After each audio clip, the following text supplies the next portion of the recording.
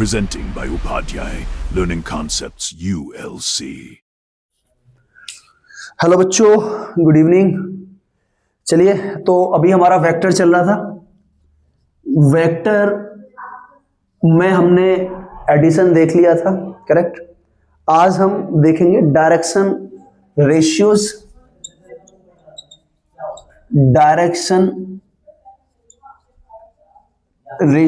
और direction cosine, ठीक है ना, और डायरेक्शन कोसाइन, ठीक है। तो डायरेक्शन रेशियोज की हम बात कर रहे हैं। तो जैसे सपोज हमारा एग्जांपल है कि कोई वेक्टर है A I cap plus B J cap plus C K cap. तो यहां ए बी एंड सी ये क्या हो जाएंगे, हमारे डायरेक्शन रेशियोज हो जाएंगे। ये हो जाएंगे डायरेक्शन रेशियोज। यानी आसान भाषा में अगर हम बात करें कि जो वेक्टर दे रखा है उस वेक्टर में एक्स एक्सिस के कोऑर्डिनेट, वाई एक्सिस के कोऑर्डिनेट और जेड एक्सिस के कोऑर्डिनेट का जो मैग्नीट्यूड है वो हमारा क्या हो जाता है, डायरेक्शन रेशियो। अब डायरेक्शन कोसाइन की अगर हम बात करते हैं तो डायरेक्शन कोसाइन में सपोज जैसे ये हमने ये एक्स एक्सिस ले लिया, ये वाई एक्सिस ले लिया और ये जेड एक्सिस ले लिया। यहां हम कोई एक वेक्टर यहां से जा रहा है, सपोज ये वेक्टर यहां से पास हो रहा है, ओरिजिन से निकाल दो, कहीं से भी निकाल दो, ये एक वेक्टर जा रहा है। तो इस वेक्टर को हमने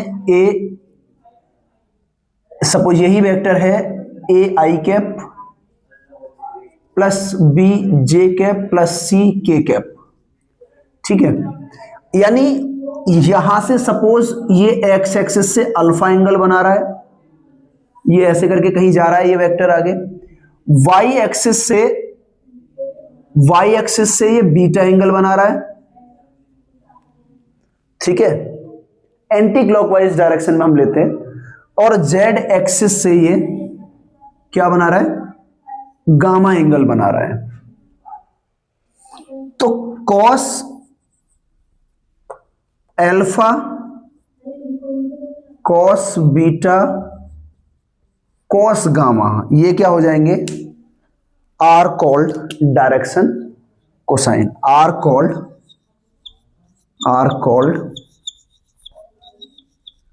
डायरेक्शन कोसाइन, ठीक है। तो डायरेक्शन कोसाइन में हम कॉस अल्फा की वैल्यू क्या होगी, कॉस अल्फा यानी एक्स एक्सिस के डायरेक्शन में जो मैग्नीट्यूड है upon magnitude of this vector A square plus B square plus C square, cos beta ये क्या आएगा, बी अपॉन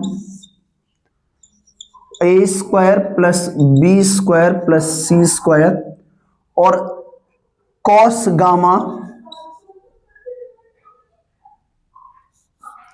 ठीक है, ये कितना आ जाएगा बच्चे, C upon A square B square plus C square, ठीक है। इसको हम जनरली एल, ये एम और इसको एन से रिप्रेजेंट करते हैं।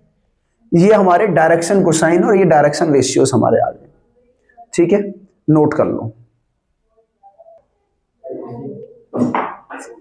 हाँ बोलो। देखो कॉस कैसे लेते हैं इस चीज को समझो। अभी अगर मैं प्लेन फिगर में बात करता हूं, मेरा कोई वेक्टर है यहां 2D में, तो आप इस चीज को समझ पाओगे कि कॉस को यही क्यों लिया है। जैसे यहां से सपोज कोई एक वेक्टर है जो ये जा रहा है ना, इसमें हमने सपोज ये एंगल एक्स एक्सिस से बन रहा है ना, तो एक्स एक्सिस से ये एंगल बन रहा है और ये यहां ये दो वेक्टर हमारे पास ऐड हो रहे हैं, इस तरीके से जा रहे हैं, है ना।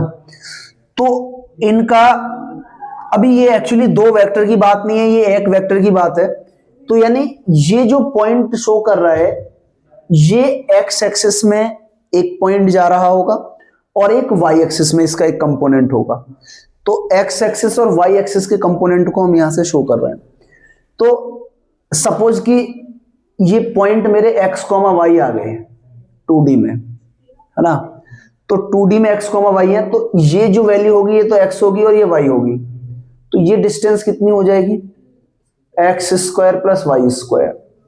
ठीक है, अब मैं यहां से अगर cos थीटा निकालता हूं तो cos थीटा क्या आएगा, बेस यानी x upon x square plus Y square. तो अगर यही x से ये एंगल बन रहा था तो ये वैल्यू आ गई। सिमिलरली y से मैं कोई एक दूसरा एंगल बन रहा होगा, भाई वेक्टर को तो मैं इसको शिफ्ट कर सकता हूं, ये 0 है ना। यहां ये 0 है, मैं इसको इधर अगर लाता हूं तो ये यहां से एक y एंगल दूसरी साइड से बन रहा होगा। अगर आप यहीं से देखोगे, अगर सपोज ये अल्फा है, बात समझना, ये अल्फा है, डायरेक्शन की बात नहीं कर रहा हूं मैं, आपको ये समझा रहा हूं कि कॉस अल्फा, कॉस बीटा और कॉस गामा हमने लिया। अगर वाई एक्सिस से हम एंगल को ले रहे हैं तो वाई एक्सिस का मतलब क्या है कि मुझे ये ट्राइंगल इधर शिफ्ट करना पड़ेगा, या ये ट्राइंगल कुछ इस तरीके से बन जाएगा, बात समझना, ये ट्राइंगल इस तरीके से बन जाएगा।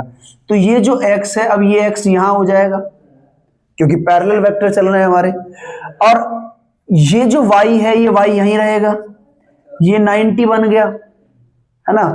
तो अगर मैं इसका cos अल्फा लेता हूं तो cos अल्फा लूंगा तो देखो ये जो साइड है ये बेस हो जाएगी, क्योंकि एंगल ये बन रहा है, इसके सामने वाली परपेंडिकुलर होती है। तो cos अल्फा क्या आ जाएगी, y upon x square plus Y square.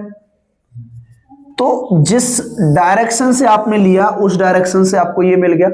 तो यानी ये क्या लिया है, y, मैं जब यहां चेक कर रहा था तो यहां क्या था, a क्या था, x डायरेक्शन का coefficient upon total magnitude, y direction का कोफिशिएंट अपॉन टोटल मैग्नीट्यूड, और z डायरेक्शन का कोफिशिएंट अपॉन टोटल मैग्नीट्यूड लिया।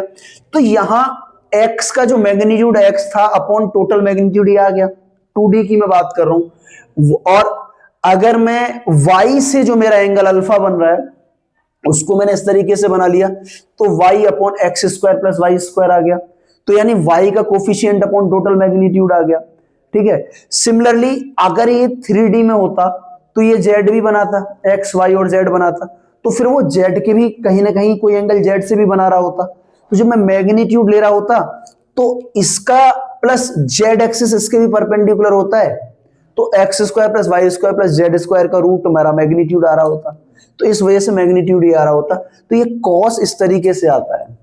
होपफुली ये बात क्लियर हो गई होगी, नोट कर लो।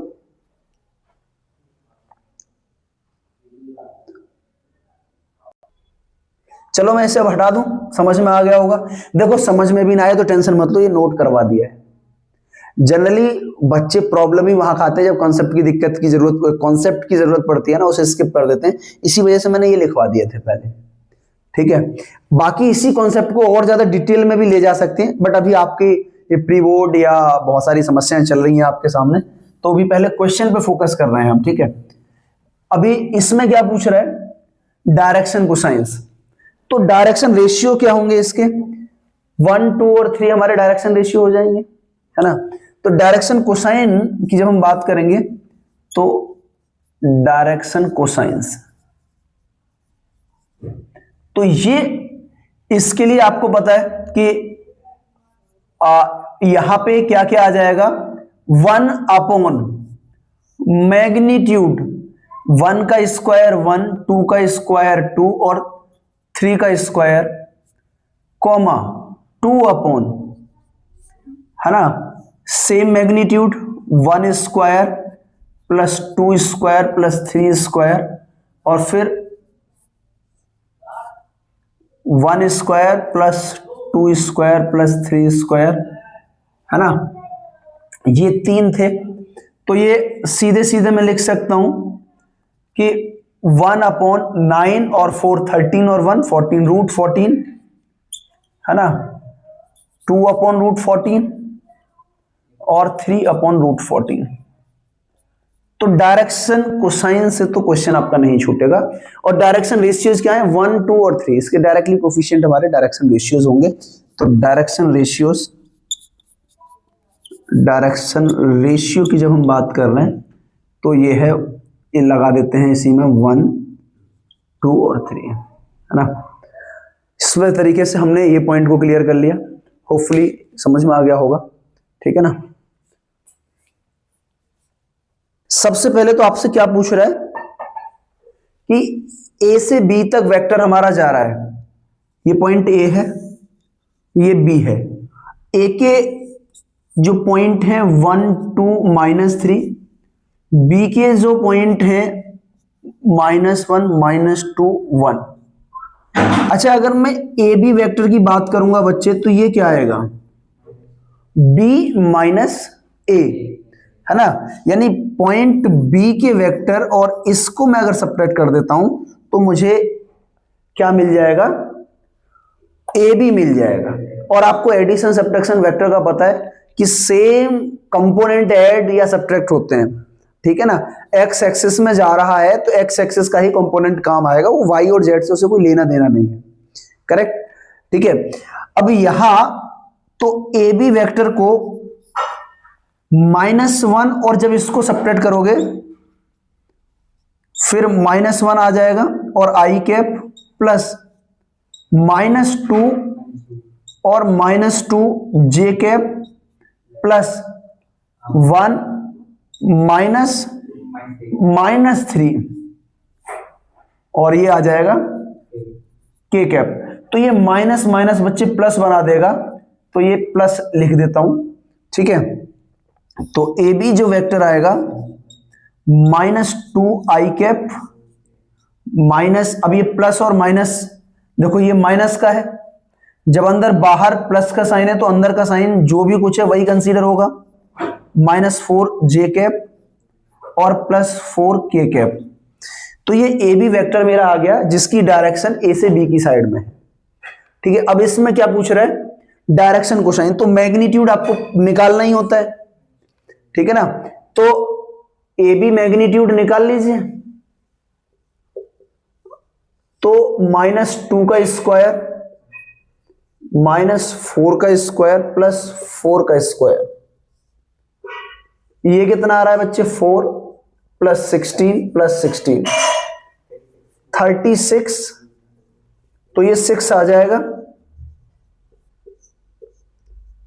अब आपको पता है डायरेक्शन कोसाइन निकालने के लिए आई का कंपोनेंट, तो मैं डायरेक्शन कोसाइंस डायरेक्ट लिख रहा हूं। अब कोसाइन मैग्नीट्यूड जिससे हम डिवाइड कर रहे हैं वो मैं डायरेक्टली यहां लिख देता हूं। देखो -2/6 -4/6 और 4/6, तो ये आ जाएगा -1/3 -2/3 और 2/3। ये हमारे क्या बन गए, डायरेक्शन कोसाइन बन गए जो गिवन वेक्टर था। बहुत छोटे क्वेश्चन थे, आसान क्वेश्चन था, इसमें कोई दिक्कत है नहीं, ठीक है, नोट कर लो। चलो नेक्स्ट पॉइंट उठा लेते हैं, सेक्शन फॉर्मूला। देखो कॉन्सेप्ट में फोकस रखोगे तो ज्यादा बढ़िया है। सेक्शन फॉर्मूला, सेक्शन फॉर्मूला, अभी यहां एक कंसीडर, देखो ये मेरा एक ओरिजिन है, यहां से एक वेक्टर है P, O से ये पॉइंट भी P ले लिया है, ठीक है ना।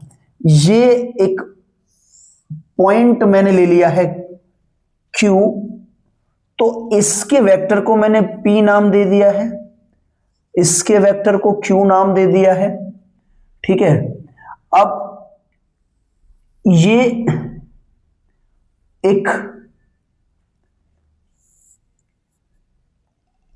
एक तीसरा वेक्टर है जो इनका रिजल्टेंट वेक्टर है, ठीक है ना। अब ये है हमारा पी क्यू वेक्टर। अब बच्चे ओ से यहां से कोई एक वेक्टर जा रहा है जो आर पॉइंट पे जा रहा है, इस वेक्टर का नाम आर है, ठीक है। और ये इसको m रेशियो n में डिवाइड कर रहा है, ठीक है। किस में डिवाइड कर रहा है? m रेशियो n में, यानी पी आर वेक्टर जो डिवाइड पी आर का आर क्यू के साथ जो रेशियो है वो एम एन का रेशियो है। अब हमें एक सेक्शन फॉर्मूला बताना है कि ये जो आर वेक्टर है, ये जो आर वेक्टर है, ये इसको किस रेशियो में डिवाइड कर रहा है। अब क्या हम लेंगे, क्या क्या पी वेक्टर लेंगे, क्यू वेक्टर लेंगे और एम ऑन एन लेंगे। तो आर वेक्टर से हम ये उम्मीद रख रहे हैं कि आर वेक्टर इसको किस रेशियो में डिवाइड कर रहा है। अच्छा, अभी हम बात करते हैं, देखो ओ से क्यू तक जाने के लिए हम डायरेक्टली भी यूज कर सकते थे। अच्छा, इसको हम ऐसे ट्राइंगल के फॉर्मेट में देखो, तो इन ट्राइंगल ओ आर क्यू में, ओ आर क्यू ट्राइंगल में ये जो वेक्टर है बच्चे, देखो यहां से ऐसे गए फिर ऐसे गए और ये यहां से यहां जा रहा है, यानी रिजल्टेंट वेक्टर मेरा क्यू है। ये जो क्यू वेक्टर है बच्चे, ये किस किस के बराबर है? इस आर वेक्टर के, और ये आर क्यू वेक्टर के प्लस आर क्यू वेक्टर के। Is it point is clear ना? देखो यहां से हम ऐसे गए, फिर यहां से ऐसे गए, और ये यहां से इनिशियल पॉइंट था हमारा। तो हमें क्या देखने में मिल रहा है कि ये वेक्टर प्लस ये वेक्टर, एन वेक्टर नहीं है, ध्यान रखना, ये तो लेंथ है, रेशियो है, मैग्नीट्यूड है, उसके मैग्नीट्यूड में डिवाइड कर रहा है। सपोज इस वेक्टर की लेंथ 5 है, इसकी 6 है, तो ये 5:6 आ गया, करेक्ट। तो बेटा ये हमारी एक इक्वेशन बन गई। अच्छा, सेकेंडरी हम इन ट्राइंगल हम किस में ले रहे हैं? ओ आर पी में, ठीक है ना। सॉरी, ये भी बेटा ऐसे आ रहा है तो ओ पी आर ले लो, ट्राइंगल का नाम कैसे भी ले लो, उससे भी फर्क नहीं पड़ेगा। ओ पी और आर हमने लिया। अब देखो इस वाले ट्राइंगल में रिजल्टेंट चेक करना पड़ेगा। हम यहां से गए ऐसे, फिर इस एक के हेड से दूसरे का टेल, यानी एक का इनिशियल पॉइंट दूसरे के टर्मिनल पॉइंट से मैच कर रहा है, फिर यहां आए, यहां दोनों के टर्मिनल पॉइंट है और यहां दोनों के इनिशियल पॉइंट है। इसका मतलब ये मेरा रिजल्टेंट वेक्टर होगा। ऐसे जा रहा हूं ऐसे, और ये रिजल्टेंट वेक्टर होगा। जो मेरा आर वेक्टर है बच्चे, जो आर वेक्टर है वो किसके बराबर है? P vector plus P R vector के। ये पॉइंट आ गया सेकंड, ठीक है। अच्छा, अब हमें एक चीज दे रखी है कि देखो ये दोनों वेक्टर सेम ही डायरेक्शन में, क्योंकि एक ही वेक्टर का पार्ट था, तो जैसे हम चल के गए वैसे ही चला गया। तो पी क्यू यानी पी आर जो वेक्टर है, इसका अगर मैग्नीट्यूड लें तो आर क्यू जो वेक्टर है इसके मैग्नीट्यूड के बराबर है। और ये क्या है बच्चे? एम रेशियो एन में आ रहा है, लेंथ इसी में होगी। अच्छा, सिमिलरली इनका मैग्नीट्यूड ना लूं तो ये वेक्टर भी तो इसी फॉर्मेट में आ रहे हैं ना, तो इनका वेक्टर क्या है? P R vector upon R Q vector, और ये भी एम रेशियो एन में आ रहे हैं। क्लियर है ना भाई? ये वेक्टर और ये वेक्टर इसी फॉर्मेट में आ रहे हैं। यहां से समझने की कोशिश करो, P R vector, P R vector में यहां से निकाल सकता हूं बच्चे, यहां से मुझे पी आर वेक्टर जो है ये मिलेगा R vector minus P vector का, ये इधर जाके ट्रांसपोज होकर नेगेटिव हो जाएगा। सिमिलरली इस वाली इक्वेशन से मुझे क्या चाहिए? आर क्यू वेक्टर चाहिए। तो बेटा आर क्यू वेक्टर मैं कहां से निकालूंगा? आर क्यू वेक्टर इसको निकालने के लिए मैं इसको इधर ट्रांसपोज करूंगा, यानी Q vector minus R vector. तो यहां अगर मैं PR वेक्टर ले रहा हूं तो R vector minus P vector upon यहां पे क्या है, Q vector minus R vector. Point is clear? ठीक है, ये किसके बराबर है, M रेशियो N के। बेटा क्रॉस मल्टीप्लाई कर देंगे, N R vector minus P vector is equal to M Q vector minus R vector. N R minus N P vector is equal to M Q minus M R vector. आया क्या समझ में? अब देखो, सबसे पहले आर को एक साइड लाओ, ये जो आर है, क्योंकि आर की वैल्यू निकालनी है तो आर कॉमन आना चाहिए।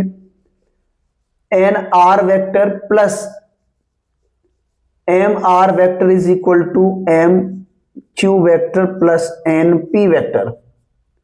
बात समझ में आई क्या?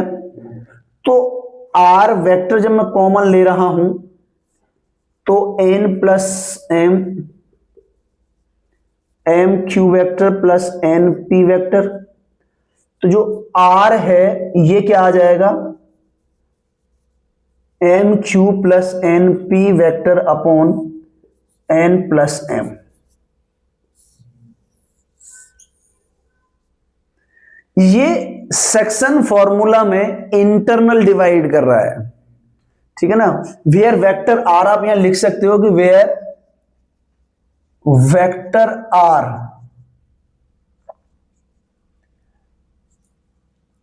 Divides P Q internally.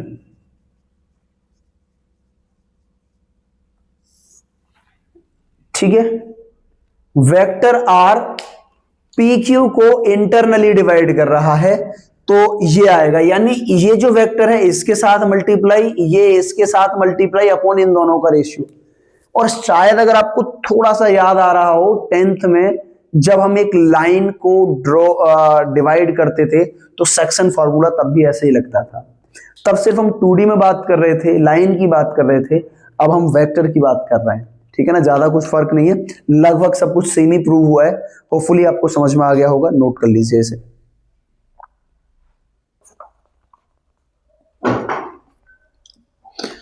देखो क्वेश्चन नंबर 15 क्या कह रहा है, find the position vector of point R which divide the line joining two points P and Q whose position vector R. तो यानी पोजीशन वेक्टर तो ओरिजिन से ही होंगे। अब क्वेश्चन नंबर कितना है हमारा, क्वेश्चन नंबर 15 है, वही एक्सरसाइज 10.2 का क्वेश्चन नंबर 15 बोल रहा है कि देखो कोई ओ पॉइंट है ना। अब ओ पॉइंट से एक पॉइंट तो हमारा पी है और इसका पोजीशन वेक्टर क्या दे रखा है, आई कैप। चलो ये है I cap plus 2 cap minus K cap, और ये कोई वेक्टर है Q, और यहां पे ये हमने क्या ले लिया है, ओरिजिन O। P वेक्टर है बच्चे, इसको यहां लिख सकते हो, Q वेक्टर को मैं यहां लिख सकता हूं माइनस आई कैप प्लस जे कैप प्लस के कैप। अब देखो ये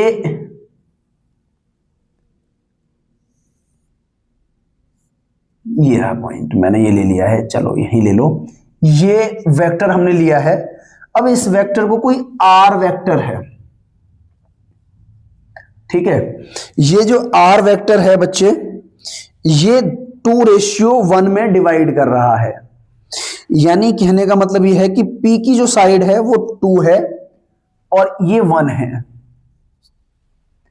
तो आर वेक्टर आपसे पूछ रहा है, तो ये आर वेक्टर अभी क्या बताया था, जो आर वेक्टर होगा, देखो इसका मल्टीप्लाई इधर होगा और इसका मल्टीप्लाई इधर होगा, ठीक है।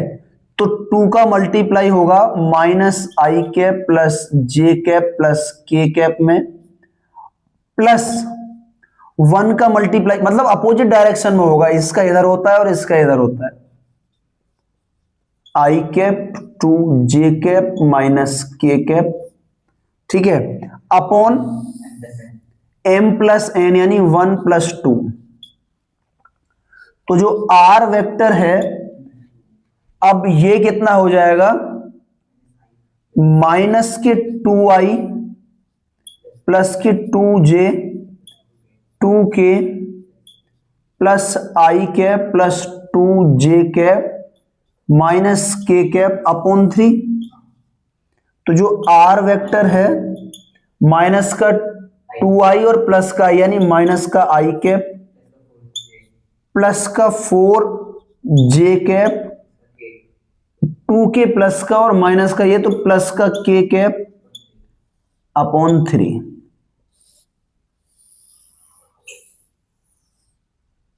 है ना, आया क्या समझ में? ये है आंसर, खत्म करो इसे, नोट कर लो।